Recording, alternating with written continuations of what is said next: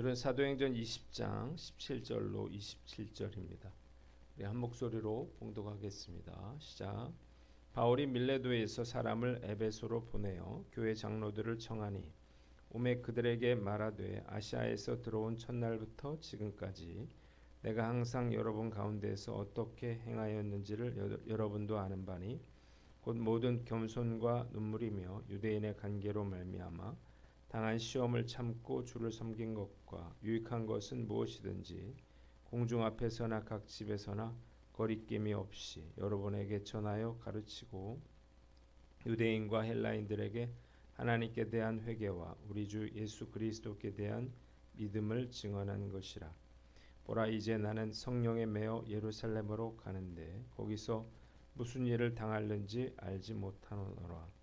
오직 성령이 각성에서 내게 증언하여 결박과 환난이 나를 기다린다 하시나 내가 달려갈 길과 주 예수께 받은 사명 곧 하나님의 은혜의 복음을 증언하는 일을 마치려 하면은 나의 생명조차 조금도 귀한 것으로 여기지 아니하노라.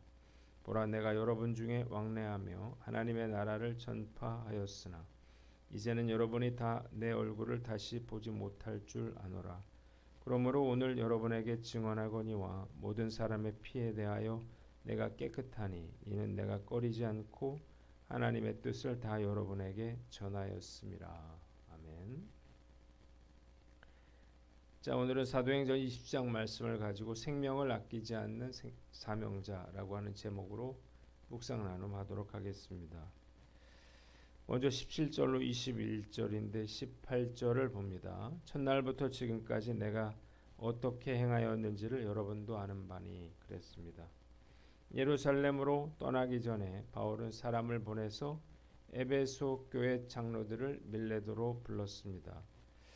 바울은 지난날을 상고하면서 장로들이 자신이 아시아에 온 첫날부터 어떻게 교회를 섬겨왔는지를 알 것이라 이렇게 말을 합니다.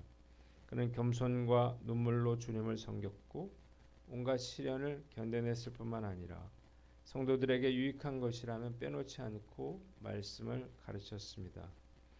유대인이나 헬라인을 차별하지 않고 그들이 회개하고 하나님께 돌아와야 하며 예수를 믿어야 한다고 그렇게 증언했다는 거예요.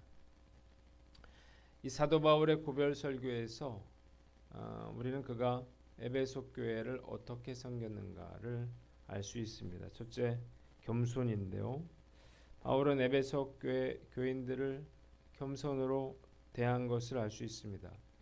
그가 누구인가요? 당대 최고의 지성인이었습니다. 유대인이었습니다. 그러나 에베소 교인들의 대부분은 유대인들이 무시하던 그런 헬라파 이방인들이었죠. 그럼에도 바울은 지극히 겸손한 자세로 에베소 교인들을 섬겼습니다. 이런 낮아짐과 섬김이 에베소 교인들의 마음을 움직였고 그들의 삶을 변화시킨 것입니다. 두 번째, 눈물인데요. 바울이 핍박과 박해 속에서 에베소에서 예수님을 전해야만 했습니다. 그리고 간신히 예수 믿게 된 그러한 초신자들을 훈련시키는 일도 눈물 없이는 할 수 없는 그러한 일이었습니다. 우리가 고린도서를 보면, 전후서를 보면 바울의 마음이 어땠는지를 잘 알 수 있죠. 자, 한번 따라해 봅시다. 겸손하라. 누군가에게 영향력을 미치고 싶다면, 또 누군가의 삶을 변화시키기를 원한다면 이런 겸손한 마음과 태도를 가져야 하는 것입니다. 크리스천들이 세상에서 영향력을 잃어버린 이유가 뭐냐? 바로 이런 겸손함을 잃어버렸기 때문이 아닌가 그런 생각이 들어요. 교회가 성장하고 또 힘을 가지게 되면서 성도들이 겸손함을 보여주지 못한 거죠. 그러니까 세상 사람들이 그래 니들 잘났다 이런 반응이 나오는 것입니다. 복음을 전하는 가장 효과적인 도구 역시 겸손한 자세라 이렇게 말할 수 있습니다. 예전에 독서 캠프를 했을 때 불쾌한 그러한 일을 겪은 적이 있습니다. 캠프를 한창 그렇게 진행하고 있는데 버스가 막 들어오더라고요. 아이들이 한꺼번에 차에서 내려오면서 주위가 소란해졌어요. 살펴보니까 한 대형 교회에서 교회학교 여름 수련회를 봤는데 어디로 가야 할지 우왕좌왕하는 거예요. 교회학교 부장이라고 적힌 명찰을 단 사람이 우리가 캠프를 하고 있던 2층으로 올라오려고 하길래 제가 이 건물 2층 전체는 저희가 사용하고 있습니다. 그렇게 말을 했어요. 그러자 그는 저를 쳐다보지도 않고 아무 대꾸도 없이 걸어 올라갔습니다. 무시당한 것 같아 기분이 언짢았는데 또 다른 남자가 들어오기에 다시 한번 이 건물 2층은 저희가 모두 사용합니다. 그렇게 말을 했는데 이 남자도 역시 아무런 대답을 하지 않았습니다. 그래서 저는 이 교회 사람들은 다 귀가 먹었나 이런 생각을 했는데 더구나 그 장소는 교회 수련원이 아니고 일반 수련원이었어요. 만일 제가 불신자였다면 그 교회에 대해서 어떤 생각을 했을까? 교만한 자세는 복음을 가로막는 최대의 적입니다.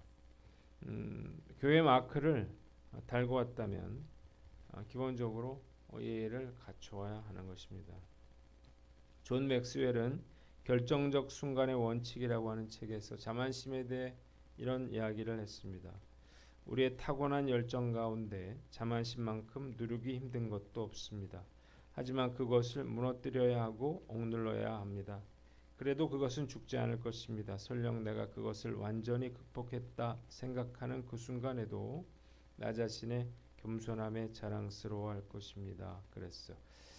얼마나 사람이 겸손하기 어려운가를 보여주는 그런 이야기인데요. 예수님은 마태복음 20장 26절에 너희 중에 누구든지 크고자 하는 자는 너희를 섬기는 자가 되고 너희 중에 누구든지 으뜸이 되고자 하는 자는 너희 종이 되어야 하리라 이렇게 말씀하셨습니다.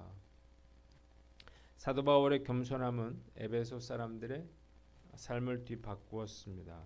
오늘 난 어떤가 살펴보고 겸손함의 능력이 있음을 믿고 겸손하고 낮아져 으뜸이 되고 큰 자가 되는 저와 여러분들 되시기를 주님의 이름으로 축원합니다. 두 번째는 눈물로 섬겨라는 거예요.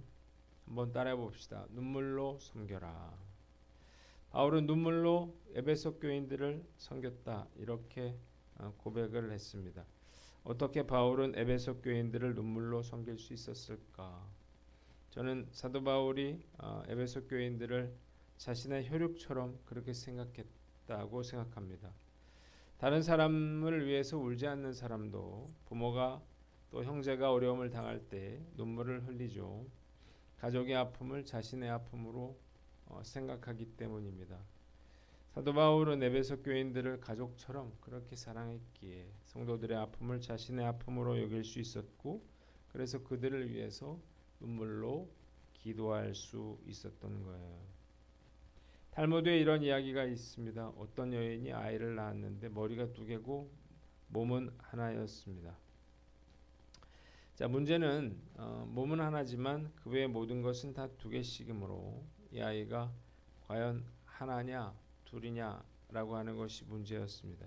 이에 대해서 랍비가 지혜로운 대답을 했습니다. 만약 이쪽 머리를 때렸을 때 저쪽 아이도 울면 하나고 전혀 반응이 없으면 둘이라는 것입니다. 자, 그 아픔이 전달되어야 하나라 형제라 이렇게 볼 수 있다는 거예요. 교회가 한 지체라면 반드시 성도들의 아픔을 나의 아픔으로 여길 줄 알아야 할 것입니다. 사실 한 사람이 예수 믿고 변화된 삶을 산다고 하는 것 이것은 눈물의 기도 없이는 섬김 없이는 불가능한 일이에요. 섬기다가 억울하고 황당한 일을 당할 수도 있습니다. 그러나 그렇다 하더라도 참고 섬겨 주어야만 합니다. 바울이 에베소에서 사역할 때 왜 눈물을 흘렸다고 했을까?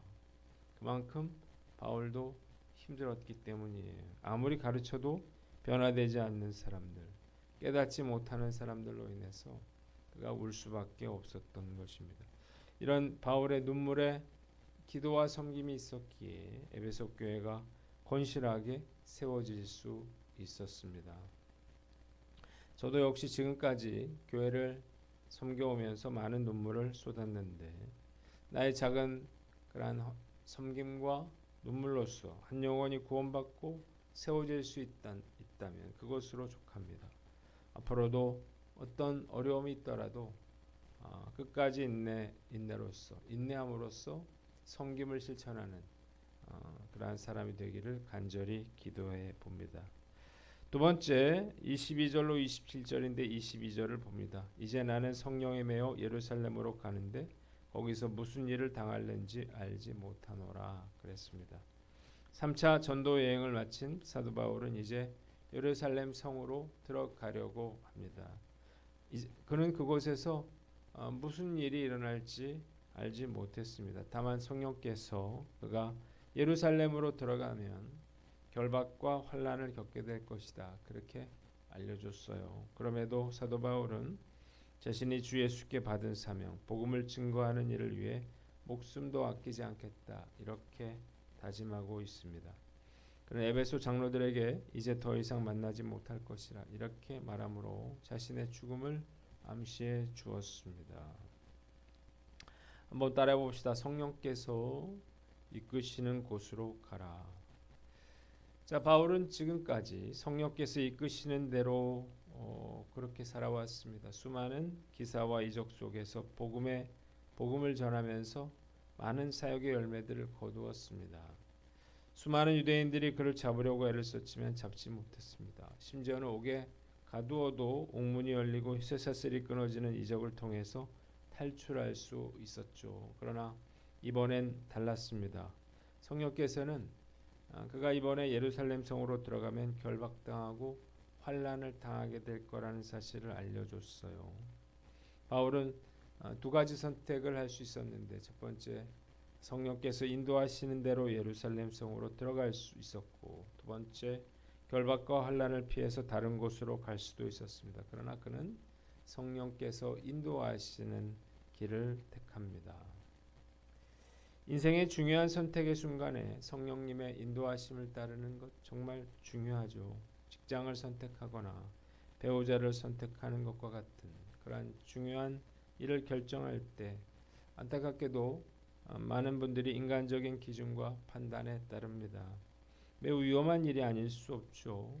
바울은 성령의 매음을 받아 예루살렘으로 간다 이렇게 말을 했는데 성령의 매음을 받았다는 말이 무슨 뜻인가요? 성령께서 그를 이끄셨다는 것이고 성령의 인도하심에 순종했다는 뜻입니다. 사도 바울의 삶은 철저하게 성령의 인도하심을 받고 순종의 그러한 삶이었습니다. 쉽지는 않지만 우리가 뭔가를 결정하기 전에 우리가 성령님께 묻고 성령님의 인도하심을 받아야만 하는 거예요. 때로는 성령님의 인도하심이 우리가 이해되지 않고 손해가 될 때가 있습니다. 이럴 때도 우리가 순종해야 하는 거예요. 이익과 손해에 따라서 행동하면 절대로 성령님의 인도하심을 받을 수가 없습니다. 자, 과연 나는 예루살렘의 환난과 결박이 나를 기다리고 있다고 하는데 성령님께 순종해서 예루살렘으로 갈 수 있을까? 참 쉽지 않은 이야기죠. 그러나 정말 자신은 없지만 나름대로 지금까지 성령님의 인도하심을 받고 여기까지 왔는데 이제 와서 다른 길로 갈 수는 없으리라 하는 생각이 듭니다. 주님께서 저에게 믿음을 주셔서 고난의 자리라도 성령님의 이끄심을 받는 그러한 삶을 살아가기를 다짐해 봅니다. 기도하겠습니다. 하나님 아버지, 겸손과 눈물로 섬기고 성령님의 이끄심에 순종하는 자가 되게 하여 주시옵소서.